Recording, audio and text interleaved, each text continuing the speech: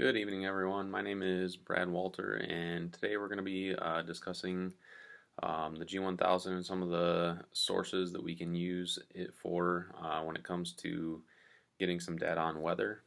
The scenario for today is that you're flying a long cross country, you and another pilot, so you got two pilots on board the aircraft. Flying a long cross country and you encounter weather and you're attempting to get hold of the Air Route Traffic Control Center to get some updated weather and routing to keep you out of the bad stuff.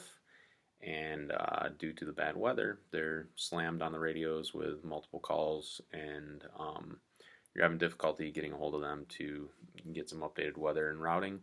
So you need to try and figure out how to avoid that weather on your own with the sources that you have on board.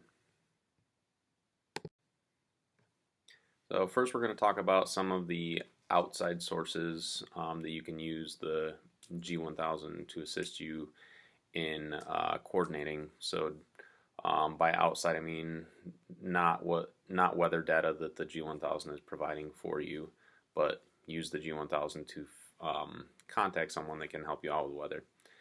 So you could use the nearest soft key on the PDF or PFD to look for an airport nearby, and with that function it'll bring you up the airport information, and you can get frequencies off it. So you can get tower frequency, ATIS, ASOS, weather reporting, flight service station, center.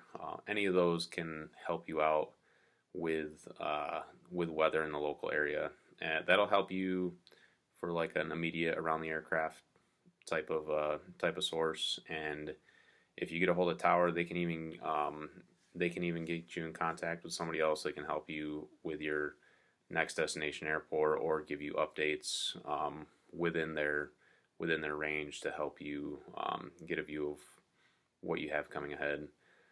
So yeah, just getting a hold of somebody, talking to them, and finding out what they have for weather for you.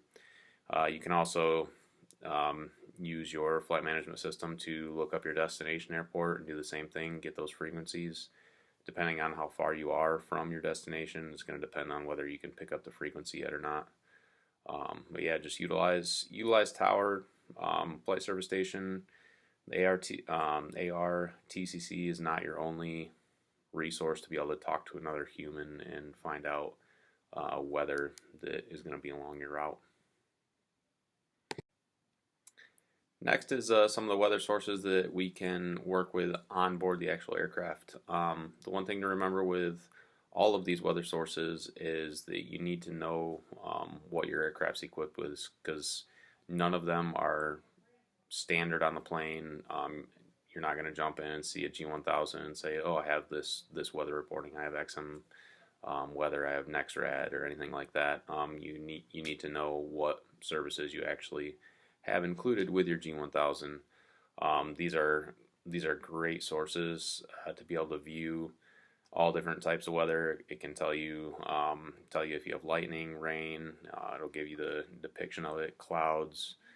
Depending on what weather system you have, you can really get a good picture of what's going to be ahead of you in the plane utilizing these sources. So the big key with these though is make sure you know what you have before you go flying, so you don't head into weather and expect to be able to use your Garmin flight data services and find out your aircraft is not equipped with that. Probably the greatest thing about this scenario is that you have two pilots on board. So you don't need to just be single piloted. It's not like you're flying with a friend that knows nothing about aviation or a family member or something like that. You have two pilots on board, so one person can focus on flying the plane and keeping it in a safe position, while the other person is trying to work either the weather systems on board or trying to get in contact with one of those frequencies that we talked about in the main page. So this is an ideal situation, being able to have two pilots on board. You never want to get into the "I got this" mentality, because that can get you into trouble very quickly. Lean on other resources that you have.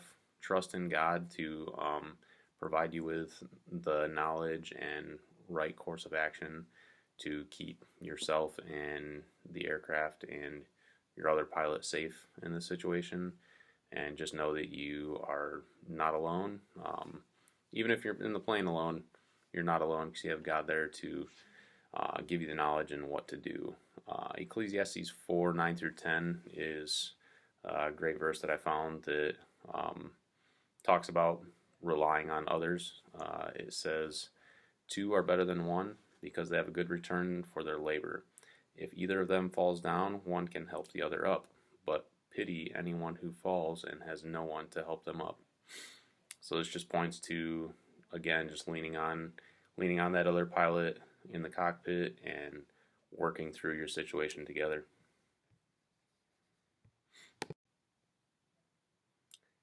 Again, just to reiterate the main points here, you got two pilots on board. Make sure you're utilizing all your resources inside and outside the aircraft.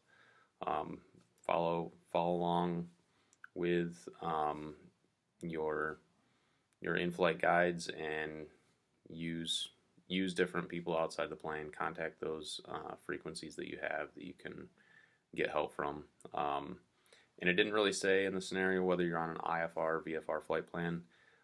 So if you are VFR, just start circling until you can get it figured out. Don't fly blindly into weather. And if you need to, use that nearest function again on your PFD and get the plane safely on the ground, and then figure out weather from there if you need to. And these are the references that I use for today's presentation: the Garmin G1000 Pilot's Guide for Cessna Nav 3 and the New International Version Bible. Hope you enjoyed the presentation. Thanks.